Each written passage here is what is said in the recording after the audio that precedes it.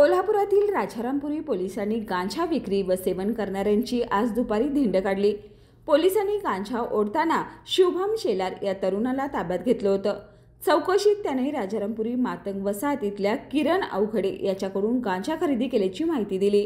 त्यानुसार पोलिसांनी किरण अवघडे यांच्या मातंग वसाहतीमधील घरी छापा टाकत 55,000 रुपये किमतीच्या 2 किलो गांजासह अवघडे याला ताब्यात घेतलंय। दरम्यान आज दुपारी पोलिसांनी किरण अवघडे व शुभम शेलार यांची राजारामपुरी 6वी गल्ली परिसरातून धिंड काढली। दरम्यान राजारामपुरी पोलीस ठाण्याच्या हद्दीत कोणी अवैधरित्या अंमली पदार्थाचा साठा अथवा विक्री करत असल्यास त्याची माहिती पोलिसांना द्यावी, असं आवाहन राजारामपुरीचे पोलीस निरीक्षक सुशांत चव्हाण यांनी केले। ही कारवाई पोलीस उपनिरीक्षक दत्तात्रय भोजने, सहाय्यक फौजदार समीर शेख, संदीप सावंत, अमोल पाटील, सुशांत तळप, विशाल शिरगावकर, नितीश बागडी, सुरेश काळे यांनी केले।